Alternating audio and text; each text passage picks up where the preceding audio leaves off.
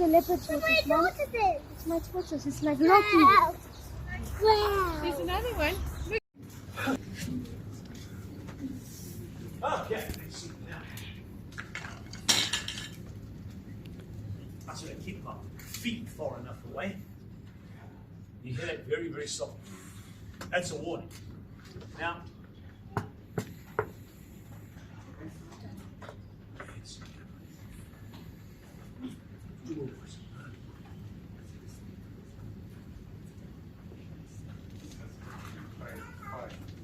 yeah.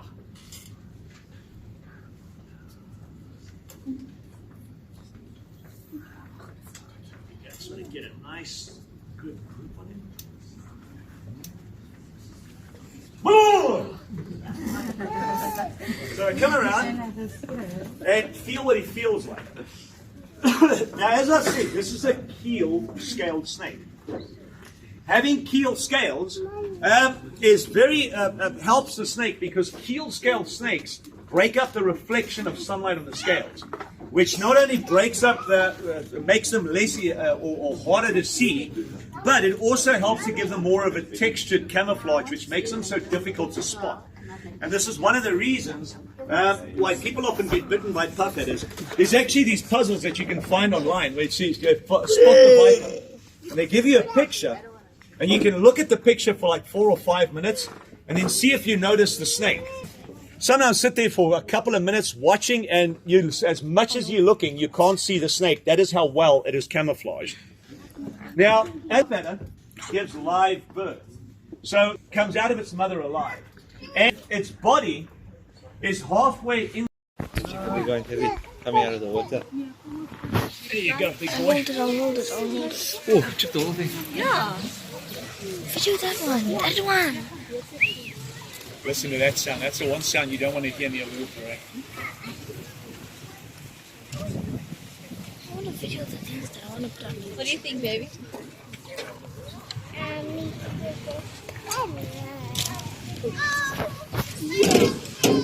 Yo.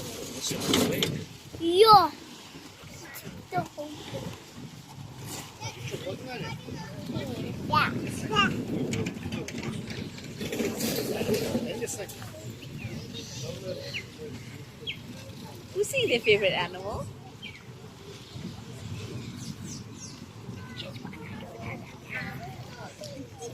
Now, these are 13-year-old Nile crocodiles.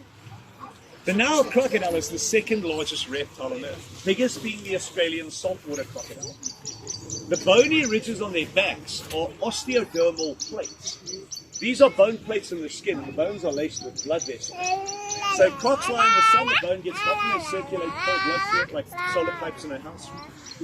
When they overheat, they'll open their mouth and they pant like a dog to cool down. But the open mouth is also a form of communication.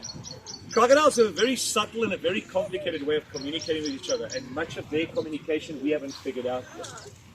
And in nature, 1 in 100 survives the first year. The eggs get eaten by wild pigs, monitors, baboons, monkeys, mongoose, jackals.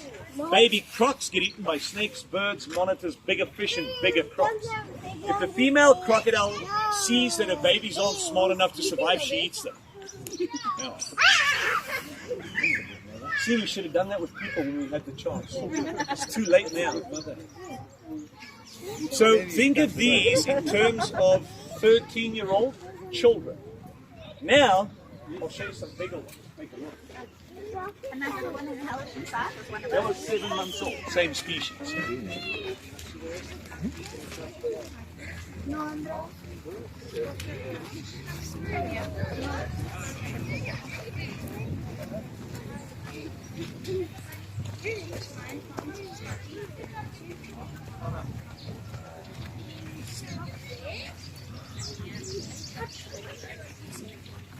Somebody helps you. Arya.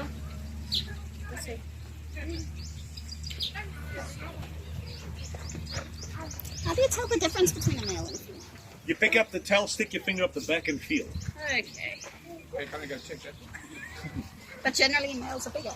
If you're looking at a basket of crocodiles, let's say you're in the Kruger Park, The males will be about 20% bigger than the females and significantly chunkier. The males just be kind of bigger and more just, yeah. Now these are 16 years old. The females would lay an average of 30 to 50 eggs once every year. She would dig a hole in the ground, lay her eggs, and the eggs would incubate for 3 months. If they cool down, the eggs are female. If they warm up, they're male. And it's one of the reasons for their survival. Eggs at the top of the nest are heated by the sun, so male eggs are always at the top. Female eggs are always on the bottom where the nest is insulated, so that when animals attack the nest, they'll destroy the male eggs first. Biological mathematics. Males in any species are not valuable. Nature commonly sacrifices the male to save the female. 1 in 100 will survive the first year. But in nature, you have an average of 5 females to every male. Statistically, when you look at a crocodile in a river system, it's a female. If you see a crocodile attacking something, it's a female. And they are saltwater crocodiles. Saltwater crocodiles have specialized glands in the mouth, and these extract excess salt from their body. So as they go into the salt water, the salt gets absorbed by osmosis. But because they've got the glands to extract it, there's no buildup, so there's no poisoning. That's a saltwater croc. So they swim down the river, go into the sea, and then follow the coastal. Oh, your parrot's finished. Sorry.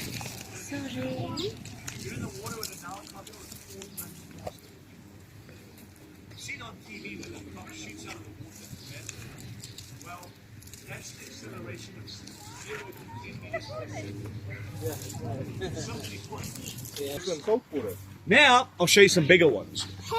Hey, are these ones saltwater crocodiles? They are saltwater crocodiles. You see, I told you they're saltwater crocodiles. They're getting rid of the Daddy, this is crocodiles. See, I told you they're saltwater crocodiles. I told you there is saltwater crocodiles. See, there's saltwater crocodiles everywhere. Walking around with this house, Arya.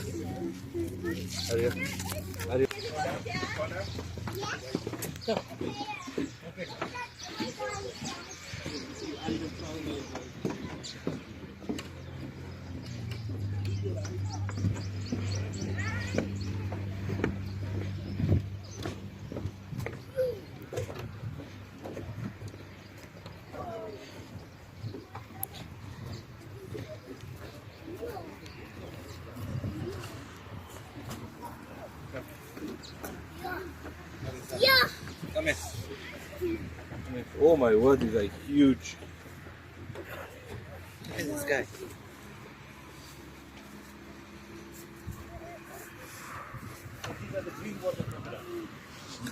He's walking. Okay, so these are between 40 and 60 years old. For a Nile crocodile, this is middle age, but the crocodile has survived its environment long enough to get to the size where the wisdom and the knowledge that it's gained will benefit. Now it's got the brains, it has the experience. The difference now is they've got the size, the speed, and the strength to make it work. And they can live 100. And now imagine you get something that crafty and intelligent and that stealthy, and then out of nowhere it just starts moving from 0 to 10 meters a second in one. Sure. Wait. Yeah, I think it is. Whoa! The other girl. I got other girl.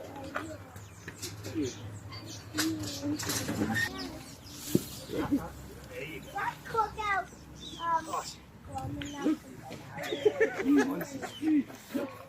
What? You hungry? Hungry? No, I'm not hungry. Hungry? Come on. There you go. Awesome. You get close. Why do they bite you? I'm not food. I'm not worth the effort to attack because I'm feeding it in the first place. Come on, sweetie. It's pork. You like it? There you go. Come on. Can you think of it? That's yellow. To be good. Yeah. There we go. These things are big. What knocks you? This one. Connor. Connor, come see this side. Come stay in this side. Honestly, that's just lazy. Want me to chew it for you too? Now, these are alligators. Now, alligators aren't nearly as aggressive. They are aggressive and they do attack humans. But if you look at the environment in which big or herds of big animals, so an alligator that big doesn't see a human. We're too much effort. A Nile crocodile that size is already learning how to target zebra and wildebeest. So for a Nile crocodile, a human's easy food. Here we go.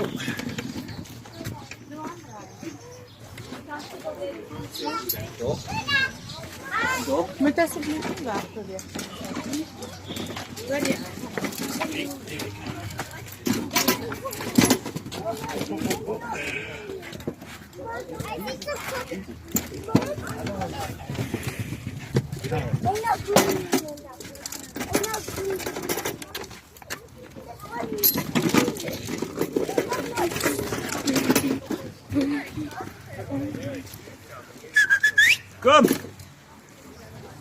Now watch this.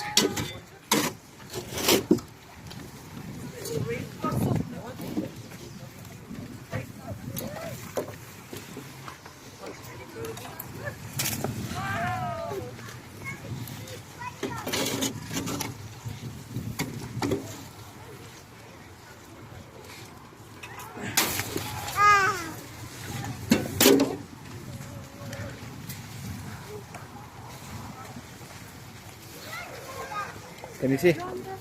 Okay. Catch. His face. Imagine this, the statistical odds of the universe existing in the state in which it exists now.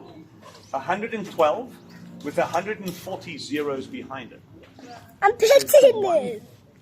I'm pitching Statistically, you have a much better chance of winning every single lotto in the world simultaneously on the same day, playing the same set of numbers. Lazy, eh? Hey?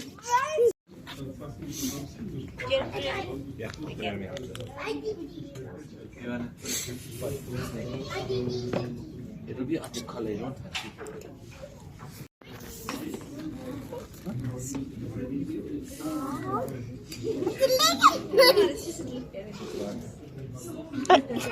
It's going in your jacket. This is a non-venomous constrictor. And they live 15 to 20 years. They grow about that big. And they get big enough to eat pretty good rats. That is their purpose. No point in it getting any bigger because its food's not going to get bigger. And the diseases that rats and mice have don't affect them. It is the specific purpose of the snake to stop rats and their diseases. Now this is Rusty. And Rusty is moving around and he's smelling and tasting. Their eyesight is pretty bad. They can't see past 20 meters. But having eyesight, considering their sense of smell and taste, is pointless. This snake is intended to smell a scent molecule in its environment. So if a rat ran across this floor last night, despite all the scent molecules we've tracked all day, he can put the tips of his tongue out of his footprints and face in this direction he was running. So if you put him over you, he's going to go to your arm, neck, and your head, because that's where you have the most scent molecule. You smell funny. That's it. Again, nature's intelligent. Okay, if he could kill a human, he can't be wasting the energy and the time. It's risking the injury. Killing something that doesn't have value to begin with. Nature's got common sense. Something we kind of admire because apparently we don't have that. So if you put him over you, you're a collection of scent molecules. That's it. Now, give you an idea, a practical idea of how good Down at this flat, and you can help you, yeah? Put both your hands flat. if you had the hearing of an owl, you could hear the heartbeat of a rat 30 meters away. There's a rat sitting in the grass in the darkness. The rat sees and knows that the owl is there, so it sits dead still and it doesn't move. It doesn't make a sound. And the owl's sitting there and literally just turns its head, which means in 100 years, this baby will grow 6,000 times heavier. If the average human were to grow at the same rate, we'd weigh 11 times. Now you're welcome to hold him. It's not going to bite you. When you do, just flatten the hand. Have your thumb on the back at all times. It's necessary for support. And support the tail. It's not going to bite. It's not going to do anything. So have your cameras ready. I'll start on one end. Take as many pictures as you like.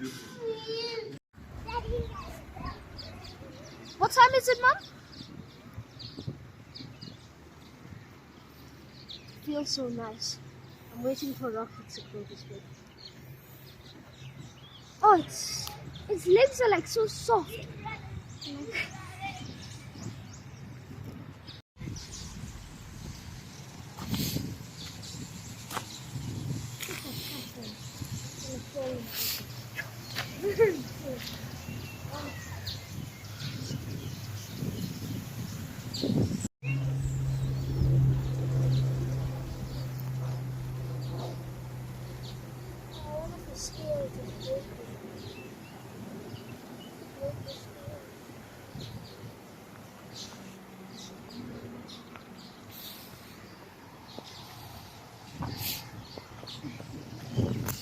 Что уже туда не полезешь.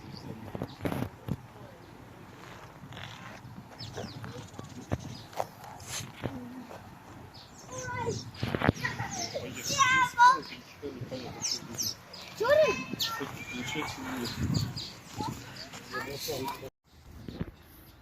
This thing's shell is cracked. Why don't they take it to the vet or something? Gentle, gentle. Nice, nice, nice. Can you nice, nice? Nice, nice. Like that.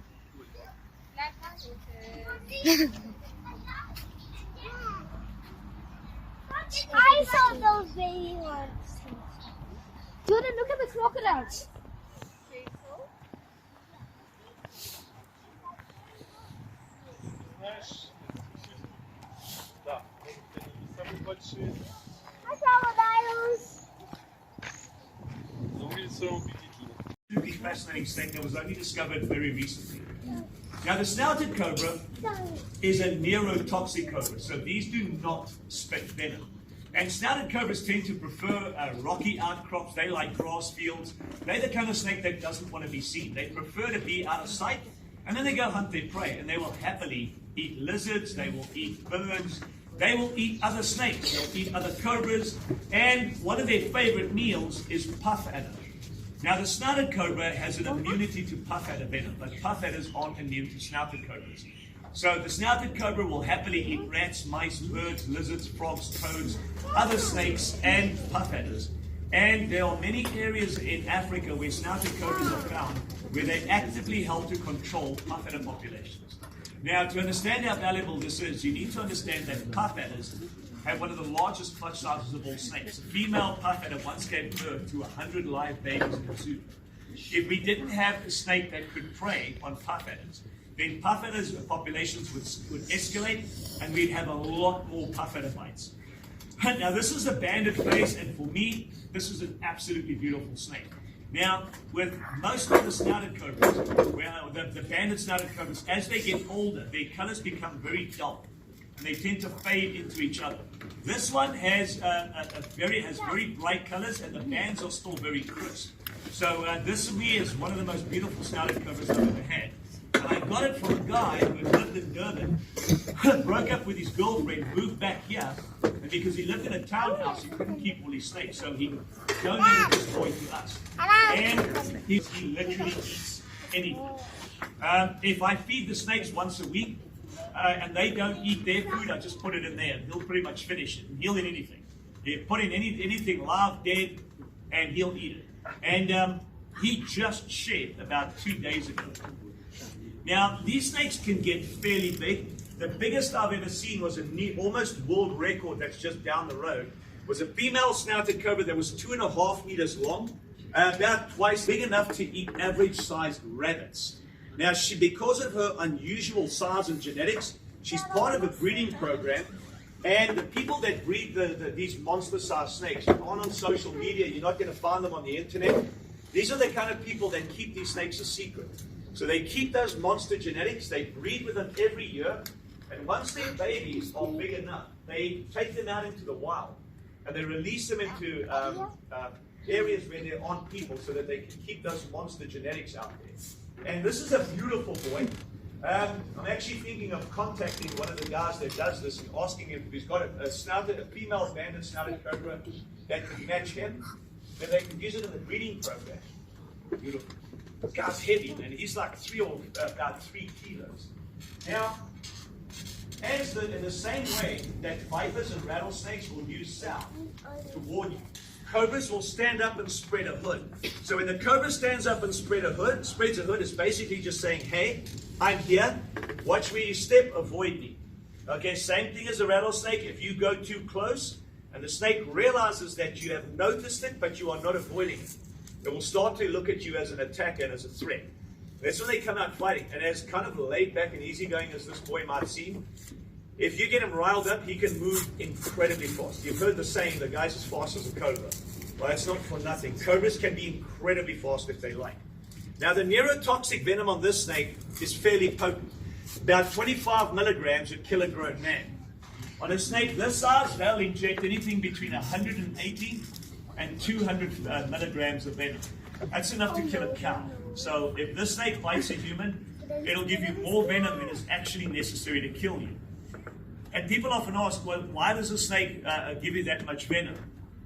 So let's say this guy's killing a giant, well, a fully grown rat. It's going to use just enough venom to kill that rat quickly and efficiently.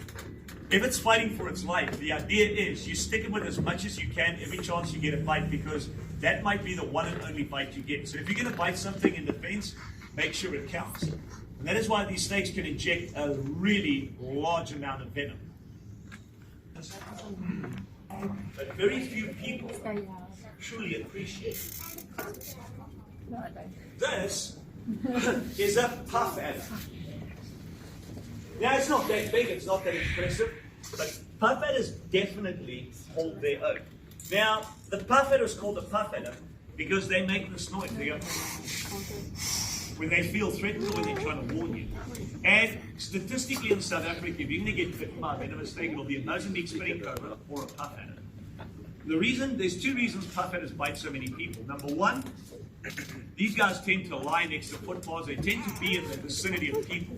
And number two, there's not one place in South Africa where you're not going to find a puff adder if you go looking. They've got a distribution across the entire length and breadth of this country, and then over the northern border.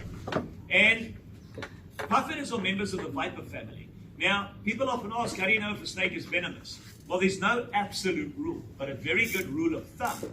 If it's got a flat triangular head, short, thick, heavy-set body, and it is keel-scaled, that means it's going to be venomous. So keel-scaled means when you look at the scale, there's a raised vertical ridge cutting through it like the keel of a boat. And the puff adder can strike at 4 bites a second. Now, this snake is cytotoxic, and a single bite will deliver about 100 milligrams, about 1/10 the weight of a Smartie or an M&M. And the venom is incredibly good at destroying tissue. Now, there's two things you should know. This is a hinge-fang snake, which means if you look at a black mamba, their fangs are like our teeth. They don't move. On a hinge-fang snake, the fangs fold up in the roof of the mouth like 2 switchblades or stilettos. When the puff adder strikes, this is what most people don't see. The body fires forward, the mouth opens, the fangs unhinge like 2 switchblades. They drive the fangs into the tissue, deliver 100 milligrams of tissue-destroying venom, pull them out, and on the way back, the fangs retract and the mouth closes. They can do that in the time it takes you to blink.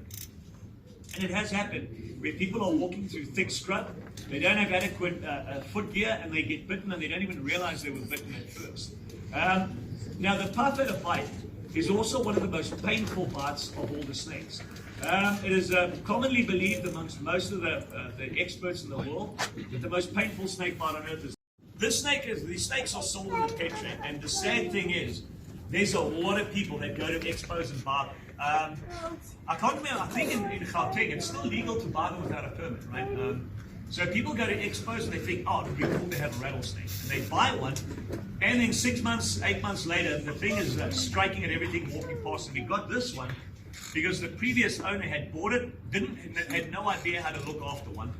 Opened the cage the one day, and he just shot out of the cage and tried to bite it. Ended up in a bucket. He got a venomous snake remover, and this guy didn't want it, and he gave it to someone else who already had a couple. He didn't want it, and he ended up giving it to the owner. So a lot of the exotic snakes that we get, especially the venomous ones, they only take a strike at someone once and they don't want them anymore. And the problem with it is, a lot of times people don't want them. If they can't get rid of them, they just go into a field and they go drop them there. If you get bitten by a snake like this, and you don't know snakes, and you end up in the hospital, the doctor's going to look at your symptoms and he's going to diagnose you with a neurotoxic bite. The doctor's not going to say, well, maybe it's an exotic snake. He's going to say, I think it's an indigenous South African snake, and he's going to give you South African antivenom, and that can cause a fatal allergic reaction because you got the wrong one. Now, the cascabel is a neurotoxic rattlesnake. Now, by nature, the viper family tends to be predominantly cytotoxic or tissue destroying. This is one of those exceptions to the rule.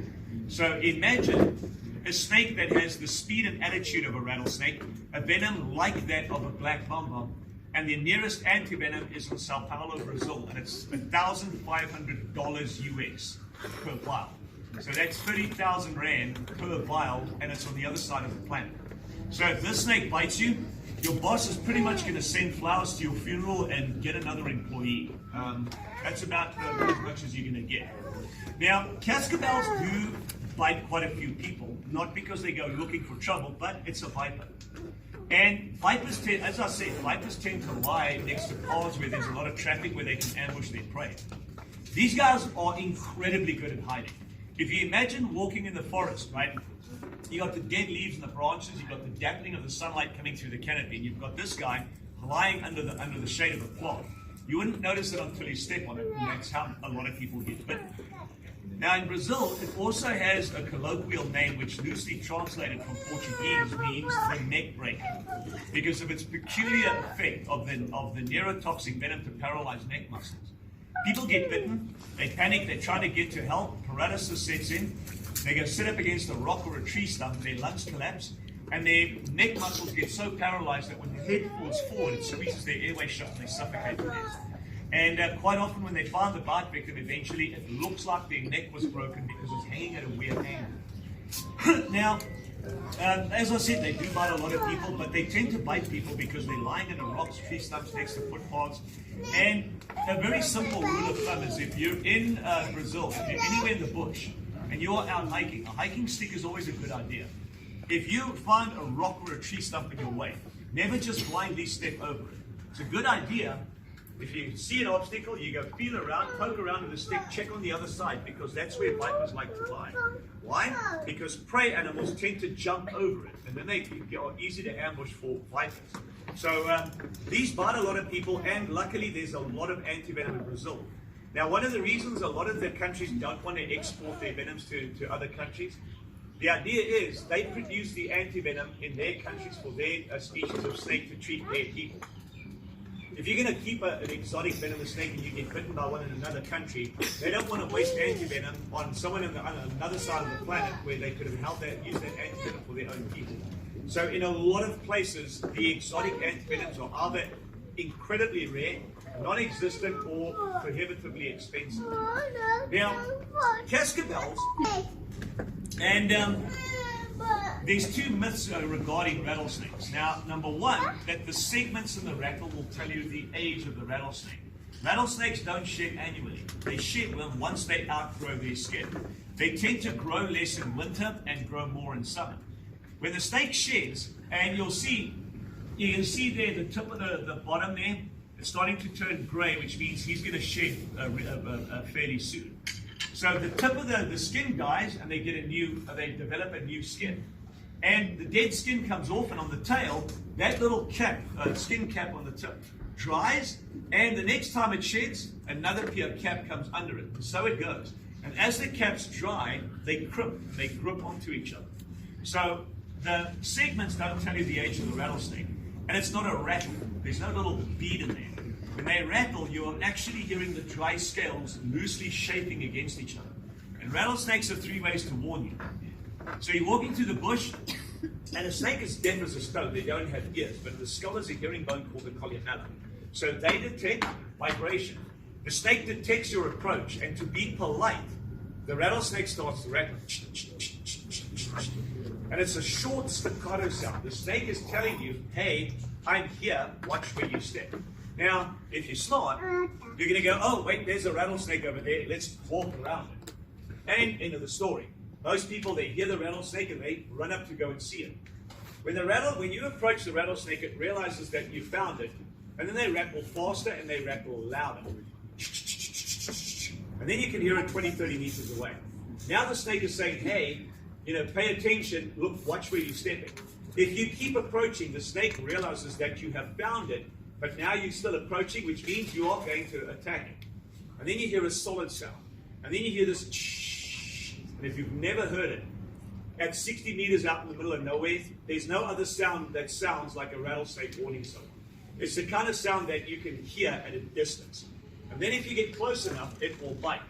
And the idea for a rattlesnake, or for most of the vipers, if you are the length of its body away, then you are close enough to hurt it. So as soon as you get close enough to bite, they'll shoot first and ask questions later. The idea being, if you're close enough to bite it before it attacks you. So the snake will bite you defensively, not because it's aggressive. So if you're out in the bush and you find a viper, a rattlesnake, a moon viper, you stay this far away, 2-3 meters, take a couple of pictures, shoot a video, turn around and walk away. The snake will realize that the threat is gone, and it will turn around and it'll head off the opposite direction. Now, cascabels has an extra sense. They've got built-in heat sensing pins. Now, I'm going to bring them the slightest bit closer, not too close. Don't worry, I haven't lost a customer yet.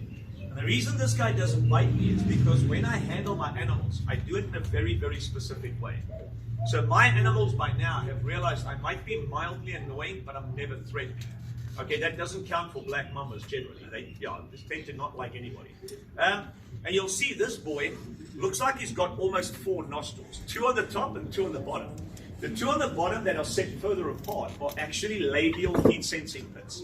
So they can detect the temperature of their environment. So if you guys have seen the movie Predator, right? When the predator switches to infrared, that's what scientists reckon they can detect. So if he's lying on one side of a door, and there's a rat on the other side of the door, he might not be able to see it, but he'll smell and taste it, and he can detect its body temperature. And this helps him to hunt and stay away from predators. Now you see the way his tongue is coming out. It's going all the way in and out, kind of hanging around. The 2 tips are separated, flicking its tongue in and out. That means the snake is curious about the scent molecules, but it hasn't detected anything threatening in the environment. When rattlesnakes, or a lot of snakes sense danger, or they feel threatened, they put their tongue out and they'll kind of hold it up and wiggle it, or hold it down and wiggle it. That is usually a sign or a warning to say, okay, look, man, now you're making me nervous. Now, these are really, really beautiful snakes, guys, and if you're going to keep them, you've got to take the responsibility for them, please. Exotic snakes, or if you know somebody that hasn't want them anymore, don't let them release them into the wild. Okay, people get bitten by those. In many cases, there's nowhere to treat them. Take them to places like this where people can let them, can give them to us, and we will give it to other people that will look after it if we don't keep it ourselves. Now, this is a nice boy. He's very friendly. And next, I'm going to show you a cobra. Now, generally when I handle him, he doesn't get upset. And that is very cool. So take a look at that. That's about as close as you ever want to get to a rattlesnake.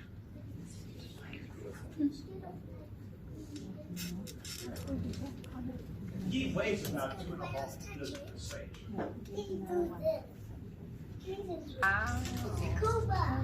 Yeah, this is a banded-snouted cobra. This is a big, healthy boy. Now, the banded-snouted cobra is one of our cobras that we have in South Africa. And the snouted cobra is the 3rd largest cobra in the world. The biggest, of course, being the Indian king cobra. Yes, I know there's an argument right now that the king cobra isn't an actual cobra. But until they can give us an exact answer, this would be the 3rd biggest. The 2nd biggest would be the African forest cobra. And snouted cobras are a close 3rd. Now, this is a healthy-looking boy. Now, notice what he's doing with the tip of his tail, right? If I'm annoying a bit, you're going to see, he's going to start, you see, there he does it.